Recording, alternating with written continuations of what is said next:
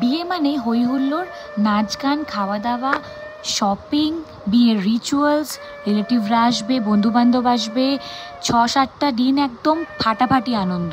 কিন্তু যেই মুহূর্তে সিঁদুরদান হয় না, সেই মুহূর্তে লাইফে অনেক কিছু পাল্টে যায়, তাই না? তুমি ছোট থেকে যেখানে বড় হয়েছো, তোমাকে সেই বাড়িটা ছেড়ে চলে যেতে হবে একটা অন্য পরিবেশে, অন্য মানুষদের সঙ্গে তোমাকে থাকতে হবে, সেটাকে নিজের বাড়ি করে তুলতে হবে। আমি মনে করি শ্বশুর বাড়িটা যেরকম আমার বাড়ি, আমার এই বাড়িটাও আমারই বাড়ি থাকবে। তোমাদেরও এটা সবারই মনে হয়, তাই না? আমার তো ভীষণভাবে মনে হয়। আজকে আমার কান্নার কারণটা আরও বেশি হচ্ছে আমার ভাই বোনরা। আমার বোন তো ছোটো থেকে আমার কাছেই মানুষ, তাই তার কাছে দিদিভাইয়ের বিয়ে হওয়া যাওয়া মানে দিদিভাই অনেক দূরে চলে যাবে। আর আমার ভাই হচ্ছে এমন একটা পার্সন, ও বাবা তোর বিয়ে হয়ে গেলে বেঁচে যাব, সব কিছু আমার হয়ে যাবে, কাউকে শেয়ার করতে হবে না, তোর রুমটাও আমি নিয়ে নেব, তোর সব কিছুই আমি নিয়ে নেব।